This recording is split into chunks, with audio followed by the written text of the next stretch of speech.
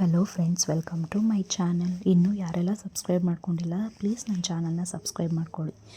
ಅಪ್ಪ ಅಮ್ಮ ಎಷ್ಟೇ ಹೊಡಿದ್ರು, ಎಷ್ಟೇ ಬೈದರು, ಎಷ್ಟೇ ರೇಗಾಡಿದ್ರು ಅವ್ರು ನಮ್ಮ ಅಪ್ಪ ಅಮ್ಮನೇ.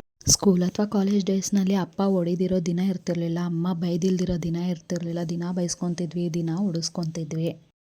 ಅವರೆಷ್ಟೇ ಹೊಡಿದ್ರು, ಎಷ್ಟೇ ಬೈದ್ರೂ ಆ ಕ್ಷಣಕ್ಕೆ ಮಾತ್ರ ಅಷ್ಟೇ ಕೋಪ ಇಲ್ಲ ಫ್ರೆಂಡ್ಸ್ ಅಪ್ಪ ಅಮ್ಮಂಗೆ. ಆಮೇಲೆಲ್ಲ ಮರೀತಿದ್ರು, ಮತ್ತು ನಾರ್ಮಲಾಗಿ ಪ್ರೀತಿ ತೋರಿಸ್ತಿದ್ರು.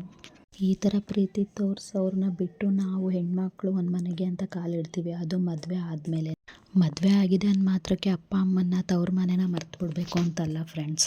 ನಮಗೆ ಮತ್ತೆ ತವ್ರ ಮನೆಗೆ ಹೋಗಿ ಅಪ್ಪ ಅಮ್ಮನ ಜೊತೆ ಟೈಮ್ ಸ್ಪೆಂಡ್ ಮಾಡಬೇಕು ಅಂತ ಆಸೆ ಇರುತ್ತೆ. ಆದರೆ ಮದುವೆ ಮಾಡ್ಕೊಂಡಿರೋ ಗಂಡನ ಮೇಲೆ ಅದೆಲ್ಲ ಡಿಪೆಂಡ್ ಆಗಿರುತ್ತೆ.